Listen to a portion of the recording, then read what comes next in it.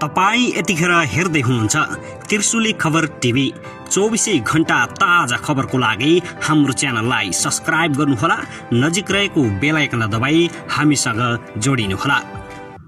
माओवादी केन्द्रका अध्यक्ष प्रचण्डको दाबी तालमेलको हिसाब किताब भोलि टुङ्गिन्छ। भरतपुरको विषयमा कुनै विवाद छैन, भोलिसम्म चुनावी तालमेलको टुङ्गो लगाउने प्रचण्डको भनाई।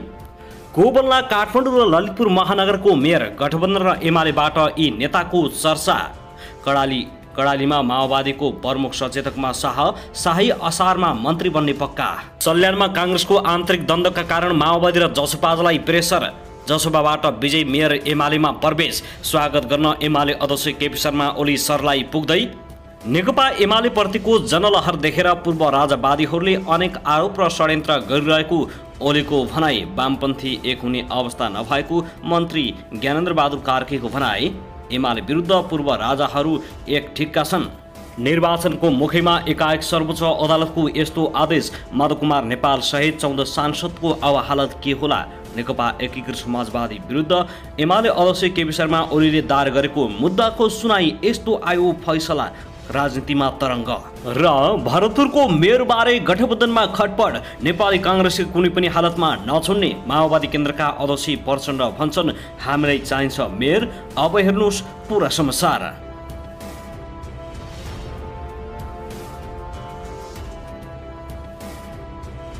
दर्शकबिन नमस्कार, तपाईहरुलाई हार्दिक स्वागत छ हाम्रो च्यानल त्रिशुली खबर टिभीमा। यदि हाम्रो च्यानललाई अहिलेसम्म सब्स्क्राइब गर्नुभएको छैन भने सब्स्क्राइब गरी नजिक रहेको बेल आइकन दबाई हामीसँग जोडिनुहोला। दर्शकबिन फेरि पनि हामी तपाईहरुमाझ निकै महत्त्वपूर्ण खबरका साथ उपस्थित भइसकेका छौं। यो भिडियोलाई अन्तिमसम्म हेरी हामी साथ दिनुहोला। दर्शकबिन हाम्रो मेहनतको लागि एउटा सानो लाइक गर्न पनि नभुल्नुहोला। कहाँदेखि हेर्दै हुनुहुन्छ, के भन्न चाहनुहुन्छ, तपाईको मनमा लागेका प्रतिक्रिया अवश्य पनि कमेन्ट गर्न नभुल्नुहोला। दर्शकबिन पछिल्लो समयमा स्थानीय तहको निर्वाचन नजिकैसँगै नेपालका राजनीतिक शीर्ष नेताहरू देश दौडाहामा रहेका छन्। त्यस्तै गठबन्धन पनि चितवनको मेयरकै कारण फुट्ने सम्भावना देखिएको छ। उता नेकपा माओवादी केन्द्रले कुनै पनि हालतमा प्रचण्डकी छोरी रेणु दाहाललाई मेयर बनाउने पक्षमा उभिएको छ भने त्यस्तै नेपाली काङ्ग्रेसका केही नेताहरूले पनि गठबन्धनबाट चुनाव भए तापनि मेयरमा भने यसपालि काङ्ग्रेसले पालो पाउने बताउँदै आएका छन्। गठबन्धनको जड चितवनबाट फुट्ने देखिएको छ। यो विषयमा तपाईँको प्रतिक्रिया के छ? के कम्युनिस्ट र काङ्ग्रेसको गठबन्धन हुन सक्छ त? तल कमेन्ट बक्समा अवश्य पनि कमेन्ट गर्न नभुल्नुहोला। दर्शक महानुभाव, आउनुहोस् अब पहिलो खबरतर्फ लागौं। नेकपा एमालेका अध्यक्ष केपी शर्मा ओलीले एमाले प्रतिको जनलहर देखेर पूर्व राजावादीहरूले अनेक आरोप र षड्यन्त्र गरिरहेको आरोप लगाएका छन्। शुक्रबार नुवाकोटको बट्टार बजारमा आयोजित वृहत जनसभा कार्यक्रममा बोल्दै अध्यक्ष ओलीले आफू र आफ्नो दल विरुद्ध पूर्व राजावादीहरू लागेको आरोप लगाएका हुन्। अध्यक्ष ओलीले एमालेप्रति जनताको साथ देखेर अत्तालिएकाहरूले आफ्नो जिल्ला र नगरपालिकामा पूर्व राजावादीहरूसँग प्रतिस्पर्धा गर्न नसक्ने भनेर अर्को षड्यन्त्र बुनिरहेको उल्लेख गरेका छन्। त्यस्तै उनले राजावादी मात्र नभई जुनसुकै वादीहरू मिलेर आए पनि नेकपा एमालेलाई पराजित गर्न नसक्ने उनको ठकुरा भएको छ। यसका साथै उनले सर्वोच्च अदालतबाट बनेको गठबन्धनको सरकारले देशमा जनताको पक्षमा केही गर्न नसकेको उनको आरोप छ भने एमालेलाई घेराबन्दी गर्ने नाममा 5 दलले बनाएको गठबन्धन मकैको ढोडको लौरो भएको टिप्पणी गरेका छन्। देशमा जनताको पक्षमा एमालेले विकासको लहर ल्याएको उल्लेख गर्दै अध्यक्ष ओलीले एमाले एक छेडका लागि प्रतिपक्षमा भए पनि अब चुनावपछि फेरि सत्तामा फर्किने उनको दाबी रहेको छ।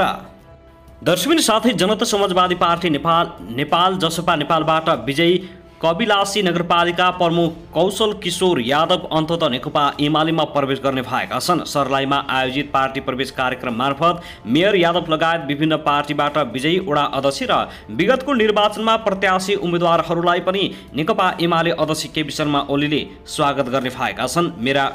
मेयर वडा अध्यक्षहरू विगतमा निर्वाचनमा मेयर र गाउँपालिकाका अध्यक्षका प्रत्याशीहरूलाई पार्टी प्रवेश गराउनका लागि अध्यक्षज्यू सरलाई आउँदै हुनुहुन्छ। एमाले केन्द्रीय सदस्य बद्री नेउपानले भनेका छन्, झन्डै 5000 जना आज नेकपा एमालेमा प्रवेश गर्ने कार्यक्रम तय भएको छ। उनका अनुसार सरलाई सदरमुकाम मलङ्गवामा आयोजना हुने आमसभा सभालाई ओली लगायतका एमालेका अन्य शीर्ष नेताहरूले सम्बोधन गर्ने कार्यक्रम रहेको छ। उनका अनुसार आज हुने पार्टी प्रवेश कार्यक्रम मार्फत लालबत्ती नगरपालिका 11 मा माओवादीबाट विजयी वडा अध्यक्ष दीपक लामा, जनता समाजवादी पार्टीबाट पर्सा गाउँपालिका 3 मा विजयी वडा अध्यक्ष भिखारी शाह सहित काङ्ग्रेसबाट रामनगर गाउँपालिकाका अध्यक्षका प्रत्याशी पुरुषोत्तम चौधरी, बौसिरिया गाउँपालिकाका माओवादीबाट मेयरका प्रत्याशी रामविश्वास राय लगायत विभिन्न पार्टीका जिल्ला स्तरीय दर्जनौं नेताहरू नेकपा एमालेमा प्रवेश गर्ने कार्यक्रम तय भएको छ।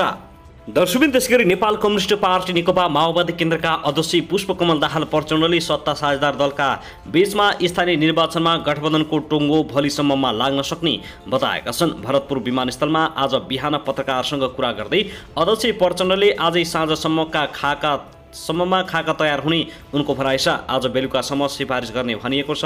हामी सम्भवतः भोलिसम्ममा एउटा टुङ्गोमा पुग्छौँ, प्रचण्डले भनेका छन्। निर्वाचनका समयमा एउटै पार्टीभित्र समेत विवाद बहस हुने जनाउँदै उनले दलका बीचमा असहमति आउनु सामान्य कुरा भएको उनको भनाइ छ। पत्रकारको प्रश्नमा उनले भरतपुर महानगरका विषयमा छलफल भइरहेको जानकारी दिएका छन्। प्रचण्डको उत्तर थियो, केही समस्या हुँदैन, सबै टुङ्गिन्छ, आरामसँग टुङ्गिन्छ। प्रचण्डमा माओवादीले प्रचण्डकी पुत्री रेणु दाहाललाई नै दोहोऱ्याउने तयारी गरिरहेको छ। काङ्ग्रेस चितवनले भने यसको विरोध जनाएको छ। स्थानीय तहको निर्वाचनका लागि उम्मेदवारी सम्बन्धमा गठबन्धनभित्र सकारात्मक छलफल भइरहेको उनले जानकारी दिएका छन्।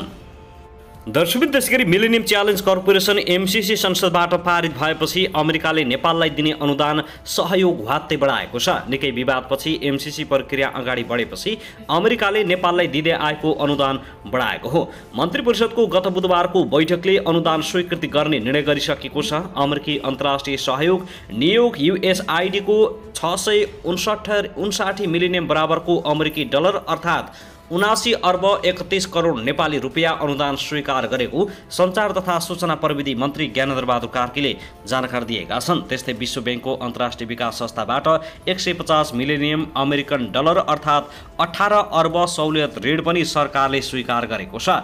दुवै गरेर सरकारले 1 खर्ब रुपियाँभन्दा बढी वैदेशिक ऋण र अनुदान स्वीकृत गरेको हो। विदेशी विनिमय सञ्चितमा परेको चापका बेच आएको अनुदान रकमले सरकारलाई सहज पुग्ने अनुमान गरिएको छ। दर्शक महानुभाव, त्यसैगरी स्थानीय तहको निर्वाचन सर्न सक्ने सम्भावना बढेको छ। चुनाव सरकारले सार्ने सम्भावना रहे पनि अदालतबाट फैसला आएमा सर्ने अवस्था बन्न सक्छ। सर्वोच्च अदालतमा जनप्रतिनिधिहरूको कार्यकाल सम्बन्धी मुद्दा विचाराधीन छ। 2 असोज 2074 मा स्थानीय चुनावको तेस्रो चरणको चुनाव भएर निर्वाचित जनप्रतिनिधिको कार्यकाल अझै पुरा भएको छैन। यसलाई उल्लेख गरी त्यस अघि नै वैशाख 30 मा निर्वाचन गर्ने निर्णय विरुद्ध भङ्गाहा नगरपालिकाका प्रमुख सञ्जीव कुमार शाहले मुद्दा दायर गरेका थिए। आउँदो हप्ता त्यसबारे फैसला आउन सक्छ। मुद्दा दायर गर्नेले 2 असोजमा तेस्रो चरणको स्थानीय तहको चुनाव भएकाले उक्त मितिसम्म काम गर्न पाउनुपर्ने जिकिर गरेका छन्। संविधानको धारा 225 मा गाउँसभा र नगरसभाको कार्यकालबारे स्पष्ट व्याख्या गरिएको छ, जस अनुसार गाउँसभा र नगरसभाको कार्यकाल निर्वाचन भएको मितिले 5 वर्षको हुने उल्लेख छ। त्यस्तो कार्यकाल समाप्त भएको 6 महिनाभित्र अर्को गाउँसभा र नगरसभाको निर्वाचन सम्पन्न गर्नुपर्ने भनिएको छ। संविधानको यही धारालाई टेकेर कार्यकाल समाप्त नभई चुनाव गर्न नमिल्ने तर्क गरिएको छ। सर्वोच्च अदालतले स्थानीय निकायको निर्वाचित पदाधिकारीको पदावधिबारे फैसला लिनेले वैशाख 30 मा हुने भनिएको चुनावमा असर पर्न सक्छ। 4 वैशाखमा सत्ता गठबन्धनले उम्मेद्वार टुङ्गो लगाउने भनेका छन्। उनीहरूले यसअघि तोकेको मिति सारेका हुन्। साथै विश्वस्त स्रोतका अनुसार 4 वैशाखमा अदालतबाट सम्पूर्ण निर्णय आउन सक्छ। त्यसकारण पनि सत्ता गठबन्धनले समय सारेर 4 वैशाखमा उम्मेद्वारको टुङ्गो लगाउने भनेका हुन्। सत्ता गठबन्धन चुनावका लागि तयार पनि देखिएका छैनन्। उनीहरूले तालमेलका लागि केन्द्रबाट निर्देशन दिए पनि खासै काम भएको छैन। तालमेल सजिलो पनि छैन। यही कारण तिनै तहको चुनाव एकैपटक गर्ने विषयमा गठबन्धनमा प्रश्न उठिरहेको छ। तर गठबन्धन या सरकारले नभई अदालतको फैसलाले चुनावको मितिमा असर पर्न सक्ने सम्भावना बढेको छ। चुनाव सर्न सक्ने सम्भावनाहरू रहे पनि निर्वाचन आयोगका उच्च अधिकारीहरू देश दौडाहामा दौडिएका छन्। उनीहरू विभिन्न कार्यक्रममा देशव्यापी रूपमा खटिएका छन्। प्रमुख निर्वाचन आयुक्त दिनेश प्रसाद थपलियाले चुनाव सरेमा दुर्घटना हुन सक्ने बताएका छन्। तर सत्तारूढ दलहरू अझै चुनावका लागि तयार भने नदेखिएको स्पष्ट पारेको छ।